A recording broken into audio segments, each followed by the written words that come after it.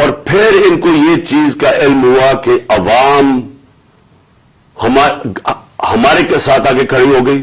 10 April کو public سڑکوں کے اوپر نکلائی. لوگوں نے ان چوروں کو ریجیکٹ کر دیا، بلکہ ہماری مقبولیت بڑھنی شروع ہو گئی، اس لیے کہ لوگ ان کی جب شکلیں لوگوں نے دیکھی، پھر سے مسلط کیا گیا ان کو عوام کے اوپر، تو لوگ ہمارے ساتھ اور جڑنا شروع ہو گئے، بڑے بڑے جلسے شروع ہو گئے. اس کے بعد الیکشن جب کروائے گئے تو الیکشن کے ریزلٹس میں اس کے باوجود کہ پوری کوشش کی گئی اسٹیٹ مشینری اس کو ان کو جتانے کے لیے، اس کے باوجود ہار گئے. قوم نے اپنا ورڈکٹ دے دیا. دوسرا الیکشن ہوا، اس میں بھی ہار گئے.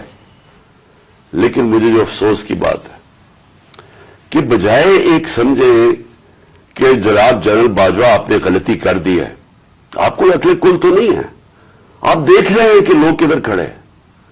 انہوں نے ہمارے اوپر جو ظلم کیا ہے، جس طرح ہمارے اوپر ظلم کیا گیا، میں آپ کو یقین دلاتا ہوں کہ جنرل مشرف کے مارشل لاء میں اپوزیشن میں تھا، مجھے انہوں نے جیل میں ڈالا. میں نے کہیں اس طرح کا ظلم نہیں دیکھا جنرل مشرف کے دور پہ جو یہ جنرل باجوہ نے ہمارے پہ کروایا. ہمارے لوگوں کے اوپر دھمکیاں، ٹیلی فون سے دھمکیاں آ رہی ہیں. وہ جو ہماری حمایت کرے یا جو ہمارے ساتھ میڈیا کے لوگ ہوں، ان کے اوپر دھمکیاں. جو میڈیا ہاؤس تھا، سلمان اقبال وہ ملک سے باہر چلا گیا، اس کے بعد صابر شاکر ملک سے باہر چلا گیا، آج محیط پیرزادہ ملک سے باہر گیا ہوا ہے اسی خوف سے. ارشد شریف، اتنی بڑی ٹریجڈی ہوئی ہے، اس کو جو دھمکیاں دی، کیا وجہ تھی اس کی؟ وہ ایک دیانتدار آدمی وہ بتا رہا تھا کہ اس ملک کے ساتھ کیا ظلم ہوا ہے، کہ اچھی بلی گورنمنٹ آپ نے گرا کے چوروں کو بٹھا دیا. تو بجائے یہ کہ کریکٹ کرنا، ہمارے اوپر ظلم شروع ہو گیا. اور ظلم کی انتہا یہ تھی کہ سوشل میڈیا کے لوگوں کو اٹھا اٹھا کے لے جاتے تھے، ان کو مار پھینٹا لگا کے تو اگلے دوسرے دن گھر واپس بھیجتے تھے.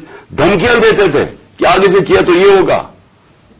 جو اعظم سواتی سے کیا، جو اس سے پہلے جو شہباز گل سے کیا، کون سی اس نے اتنی بڑی بات کی تھی کہ اس کو ننگا کر کے مارا، اور وہ ابھی تک اس کے اثرات ہیں جو انہوں نے اس کو تشدد کیا اس کے اوپر. اور اعظم سواتی نے کیا بات کی تھی؟ اعظم سواتی نے یہ ٹویٹ کی کہ جنرل باجوہ آپ نے NRO 2 دیا، اس کے اوپر جو اس بیچارے سے کیا گیا، کون سی جمہوریت میں یہ ہوتا ہے؟ اور وہ بات کہ جو سچ ہے، NRO 2 جنرل باجوہ نے دیا ہے، ساری قوم کو پتا ہے.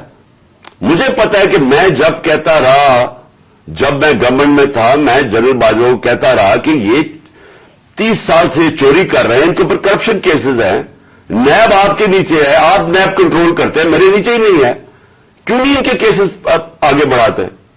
پہلے تو ہمیں سارا وقت یہ بتاتے رہے کہ فکر نہ کریں سر، ہو رہا ہے سب کچھ، سر ابھی کچھ ہو رہا ہے. پہلے تو ہمیں یہ بتاتے رہے. آہستہ آہستہ ہمیں پتا چلا کہ ان کی تو کوئی نیت ہی نہیں ہے کرپشن کی. مجھے پھر کہنا شروع ہو گئے کہ جی آپ ملک کی اقتصادیات کو ٹھیک کریں، اکانومی کو ٹھیک کریں، بھول جائیں اس کو، یہ اکاؤنٹیبلٹی کو.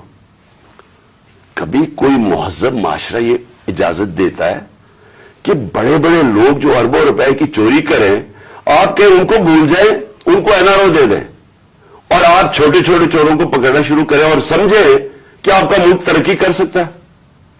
کیا چین پاگل ہے جنہوں نے 450 وزیروں کو جیلوں میں ڈالا ہے پچھلے چند سالوں میں؟ کیا جو پریزیڈنٹ شی جن پنگ ہے اس کو اسٹیٹسمین مانا جاتا ہے؟